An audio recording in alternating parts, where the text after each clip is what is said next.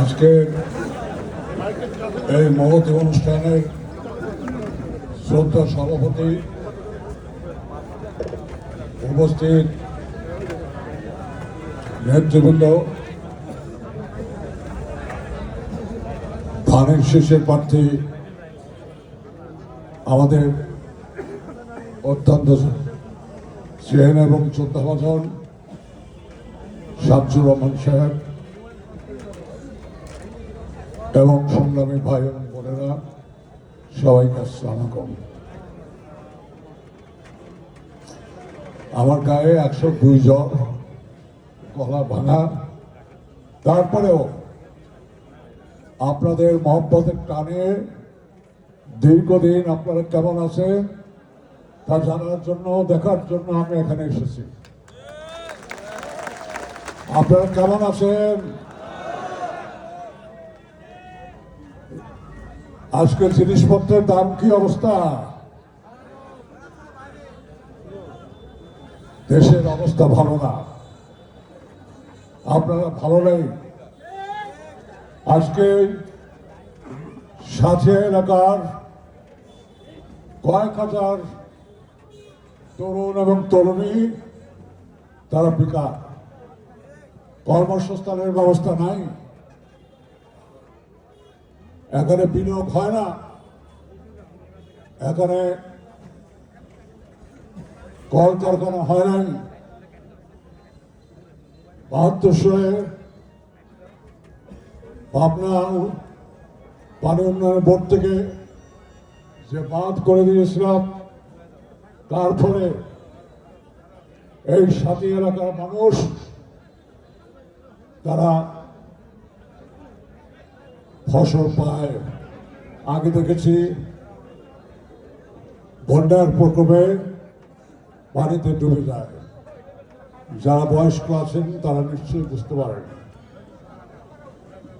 কিন্তু যে সবজি উৎপাদিত হয় তার বাজারজাতকরণের ব্যবস্থা সিন্ডিকেটের হাতে। আমার কৃষক ঠিক মতো দাম পায় না। আর একটা কথা বলি, এই বাঁধ হওয়ার ফলেই আমি জানি, ওই রায়তমানের আশরাফ আমাকে বলেছে 1 বিঘে জমিতে 40 থেকে 60 টন পেঁয়াজ হয়। আজকে বিভিন্ন জায়গায় এ দাবি সে দাবি, এ দাবি না দাবি নিয়ে রাস্তা ব্লক করা হয়, শাটডাউন দেওয়া হয় এবং মেশিন মিটিং করা হয়। আমার কৃষক ভাইরা যারা আছেন তারা যদি এক ফসল না করেন, ধান না করেন, বাংলাদেশ টিকবে? কিন্তু সেই কৃষকের দিকে নজর নেই। বাংলাদেশের এই ক্রান্তি লগ্নে কৃষকদের উন্নয়নের জন্য বিএনপির দেশনায়ক তারেক রহমান সাহেব কর্মসূচি দিয়েছেন, অঙ্গীকার করেছেন যে আগামী দিনে বিএনপি ক্ষমতায় আসলে 10,000 টাকা পর্যন্ত কৃষি ঋণ মকুব করা হবে। এর সাথে আমি যোগ করে আজকে যিনি পদপ্রার্থী ধানের শীষের স্নেহভাজন শামসুর রহমানকে বলতে চাই, যখন পেঁয়াজ ওঠে তখন দাম কম থাকে, সেই পেঁয়াজ নিয়ে যারা বাধাই করে 3 মাস পরে দেখা যায় 1.5 গুণ দাম বেশি হয়ে গেছে। তাহলে কৃষকের লাভ কি? রৌদ্রে পুড়ে বৃষ্টিতে ভিজে কাদা মাটি নিয়ে তারা চাষ করবে, আর মাঝখানে বসে আমরা সিন্ডিকেট করে তার লাভ নেব? এটা হতে পারে না। এটা বৈষম্য, এটা দূর করতে হবে। সেই বৈষম্যহীন সমাজ রাষ্ট্র গঠনের প্রতিজ্ঞা নিয়েই তারেক রহমান সাহেব মাঠে নেমেছেন। আজকে সেজন্য আমি অগ্রিমভাবে অনুরোধ জানাবো, আদেশ করব, আজকের যিনি পদপ্রার্থী শামসুর রহমানকে যাতে প্রত্যেকটি যেখানে পেশ হয় সেখানে কোল্ড স্টোরেজ করে দেবেন, আপনি নতুনভাবে কোল্ড স্টোরেজ করে দেবেন যাতে কৃষকরা ওই কোল্ড স্টোরেজে রেখে পেঁয়াজ রেখে যাতে তারা উচ্চ মূল্য পায়। কিন্তু ভাই কথা একখান আছে, কি কথা? এক দুপুরের প্রচন্ড রোদ, সেই রোদের ভিতর ভোট হচ্ছে, আর যার টাকা আছে তিনি বসে বসে ওই 7-Up দেখছেন না, 7-Up বোতল, 7-Up বোতল খুলে তাদের দিচ্ছে আর বলছে ভোটটা দেওয়া। যখন বোতল খুলে তখন তো একটা শব্দ হয়, ফস করে শব্দ হয় না, শব্দ হয় ফস করে। ওই বোকা কৃষক ভোট দিয়ে আসার পরে যে মেয়ে ভাই আপনার যে বোতল দিয়েছিলাম খায় আমার বড়ই ভালো লাগছে, আর একটা বোতল দেন। ভোট তো শেষ, বোতলও শেষ, পানি ভরে তাকে দিছে, দেওয়ার পরে ওইভাবে নিয়ে বোতলটা খুলে থেকে আরে আগের মতো তো স্বাদ নাই। তখন ওই কৃষক বলছে হ্যাঁ বুঝছি বুঝছি, ভোটের পরে আর ফস করে না কিছু, ভোটের পরে আর ফস করে না কিছু। ওই বড় লোকেরা ভোটের সময় নানা প্রলোভন দিয়ে আপনাদের কাছে মিথ্যা প্রতিশ্রুতি দিয়ে তারা এসে ভোট চায়। আমাদের টাকা নাই, অর্থ নাই, কিচ্ছু নাই, আমাদের কি আছে? আমাদের ভালোবাসা আছে, আমাদের কি আছে? আমাদের ইমান আছে, আমাদের কি আছে? মানুষের অকৃত্রিম দুঃখ দুর্দশা দূর করার জন্য আমাদের কর্মসূচি আছে। প্রতিটি মেহনতি মানুষ, শ্রমিক, কৃষক তাদের জন্য কর্মসূচি দিয়েছেন তারেক রহমান সাহেব।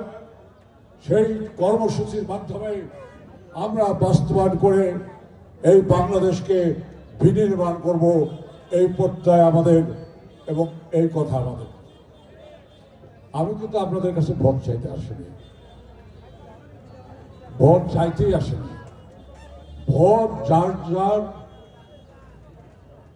তিনি দিবেন, আমার ভোট আমি দেব, যাকে ইচ্ছা তাকে দেবো। বলেন না মিয়া? আমি এই জায়গায় শুদ্ধ করে বলি, আমার ভোট আমি দেব, দেখে শুনে বুঝে দেব। 7 সমুদ্র 13 নদীর ওপার থেকে কেউ 2 দিন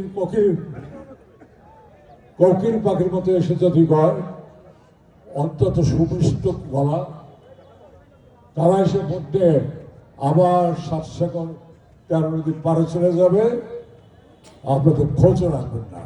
ওই 7-Up বোতলের মতো আর ফস করবে না। এই সমস্ত উড়ে এসে জুড়ে আসা মানুষ, তারা কখনো ধর্মের নাম নিয়ে আসে, কখনো কোরআনের কথা বলে আসে, কখনো গায়েবী আওয়াজ নিয়ে আসে। একবার এক গ্রামে খুব ভূতের উপদ্রব শুরু হয়, প্রত্যেক বাড়িতে নাকি ভূত হয়। তখন একজন মানুষ যিনি সুশিক্ষিত, বিজ্ঞানে লেখাপড়া করছেন, যে ভূত তো যাচ্ছে না, তার কাছে সব লোক গেল যে ভাই ভূত তো যায় না, কি করে তাড়াবো? কিছুই না, সন্ধ্যের সময় একসাথে আলো জ্বালান, দেখবেন ভূত চলে যায়। আগুন দেখলেই ভূত চলে যাবে। আমাদের হৃদয়ের ভিতরে যে শিখা আছে, আমাদের হৃদয়ের ভিতরে যে আগুন আছে, বঞ্চনার আগুন, অবহেলার আগুন, রাষ্ট্র আমাদেরকে নিষ্পেষিত করেছে, তার আগুন, এই আগুন দিয়ে আমি দেশের যত ভূত আছে আমরা তাড়াবো। ভাইরা আমার, আর একটা কথা বলি, আমার বয়স কত বলেন তো? আমার বয়স 28 বছর, তাই না? 28 বছর না? আমি রাজনীতি করি 62 বছর, বয়স আমার 28 বছর। কি করে? আমার তারুণ্য এবং মনোবল, আমার সাহস এবং শক্তি এখন 28 বছরের, যদি উল্টে বেরিয়ে হবে 82 বছর সত্যিকার। আমি মৃত্যুকে ভয় পাই না।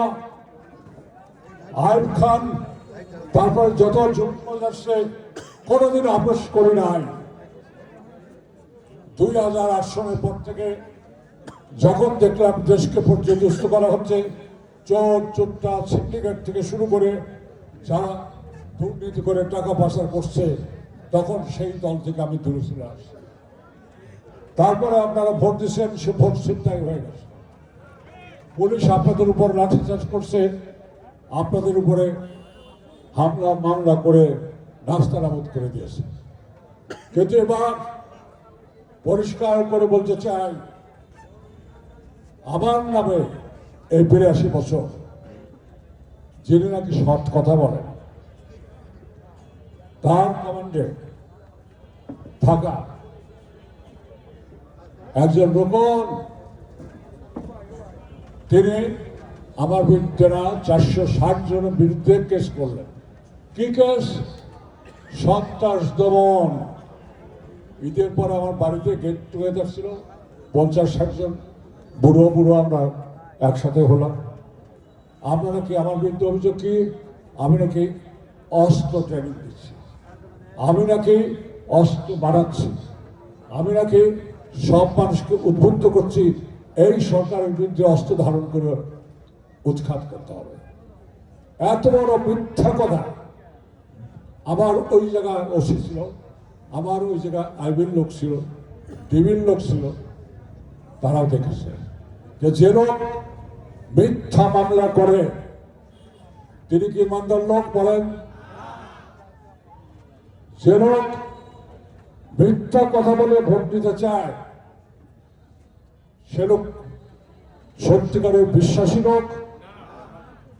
যে লোক এই দেশের বিরুদ্ধে যারা যুদ্ধ করেছিল,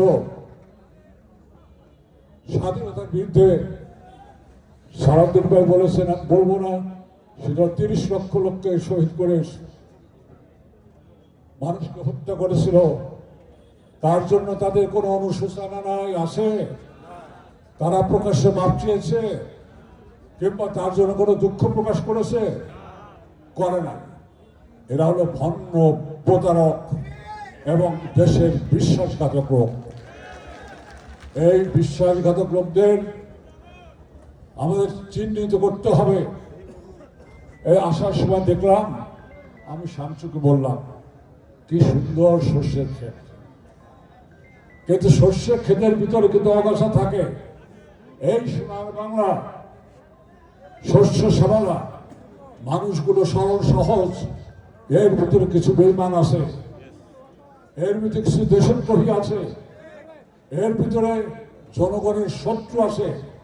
তাদের দেখে দেখে চিহ্নিত করে তাদেরকে শোধরাতে হবে, আর যদি না শুনতে হয় তাদের উপরে ফেলে দিতে হবে। এর বাইরে কিছু না। আপনারা ভয় পাবেন না পুলিশ।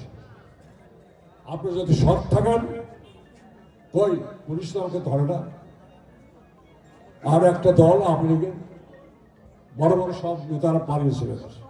কেন পালান ভাই? চুরি করেছে, অর্থ পাচার করেছিল বলে, মানুষের সম্পদ লুট করেছিল বলে। এইটার যেন পুনরাবৃত্তি না হয়, তারেক রহমান সাহেব পরিষ্কার বলেছেন, কেউ যদি দুর্নীতি করে, কেউ যদি চাঁদাবাজি করে, তাহলে আমি তার গলা টিপে ধরব। আমাদের প্রতিজ্ঞতায় আপনারা ধরবেন না? আরে ভাই, আপনারা তো মালিক, আপনারা মালিক। আপনারা ভোট দিয়ে নেতা নির্বাচিত করেন, তারাই পার্লামেন্টে যায় কথা বলে, সংবিধানে আসে। এই যে আপনারা কথা বলেন, আপনাদের অধিকার, এগুলো কিন্তু সংবিধানে আসে। সেই জন্য এই সংবিধান তাদের পছন্দ না। তারা সংবিধান ছুঁড়ে ফেলে দিতে চায়। তারা পতাকা অন্য দেশের নতুন করে লাগাতে চায়। তারা জাতিসংগীত বদলাতে চায়। এরা কারা? ৭১ সনে সেই কথা নিয়ে তো তারা এদেশে এসেছিল।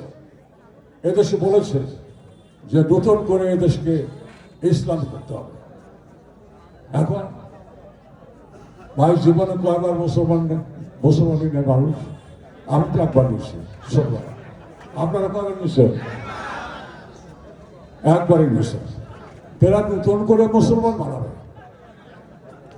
নতুন করে মুসলমান মারাবে। এইসব ধান্দাবাজ, এইসব লোক যারা রাতের অন্ধকারে অর্থ সম্পদ দিয়ে ভোট আপনাদের অধিকার কেড়ে নিতে চায়, প্রলোভিত করতে চায়, তাদের বিরুদ্ধে আপনারা ঘৃণা সহ, আমি বলি না তাদের আঘাত করে, আমি বলি তাদের ঘৃণা করে এবং এই সমস্ত লোককে সামাজিকভাবে বয়কট করে। আর একটা কথা বলে যাই, ধর্ম নিয়ে রাজনীতি চলে না। ধর্ম পবিত্র আমানত, রাষ্ট্র যার ধর্ম সবার, যার যার ধর্ম সে পালন করবে, রাষ্ট্রনীতি তাই। এখন ধর্মের ভিতরে যদি রাজনীতি ঢুকে যায় তাহলে সেটা কি আর ধর্ম থাকে? আর রাজনীতির ভিতরে যদি ধর্ম ঢুকে যায় তাহলে কি রাজনীতি থাকে? থাকে না। এরা ধর্ম নিয়ে ধর্মের লেবাসে এসে আপনাদেরকে বিভ্রান্ত করার জন্য আজকে কোরআনের আয়াত পড়ে, খুতবা পড়ে, ওয়াজ করে, কিন্তু তারা কি বলেছে?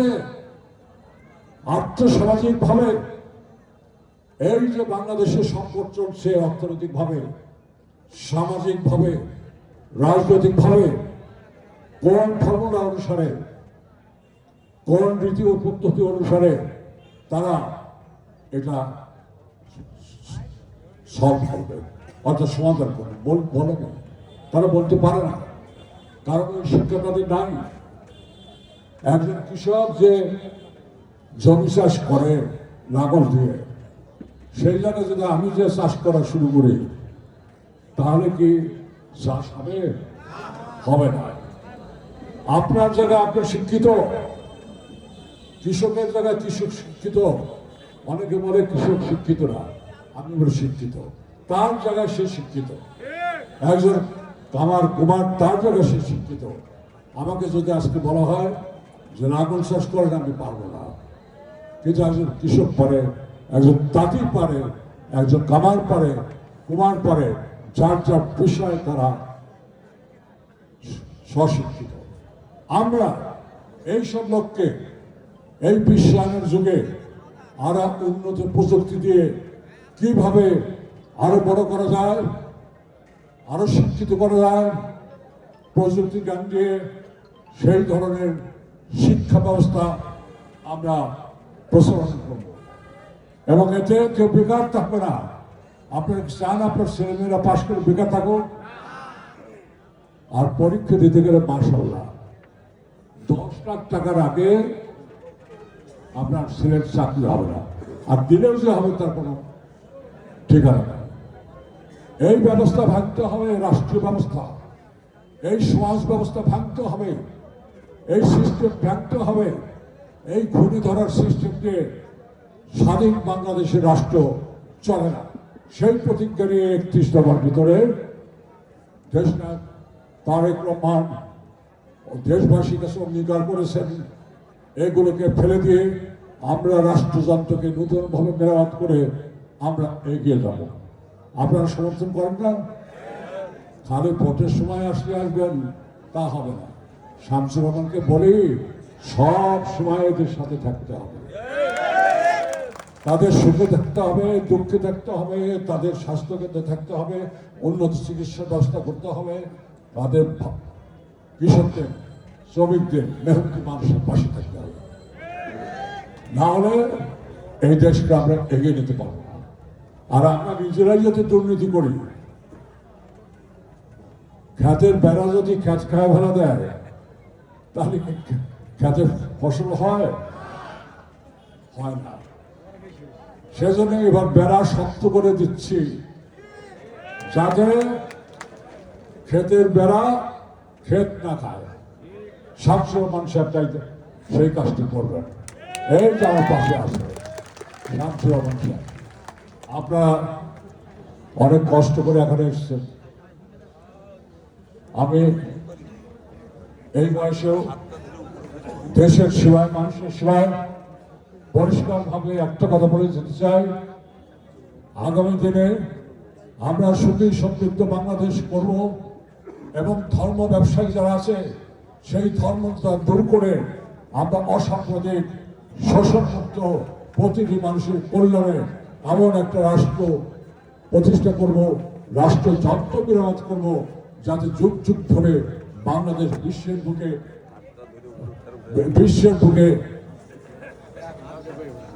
বুকে উন্নত জাতি হিসাবে প্রতিষ্ঠিত হয়।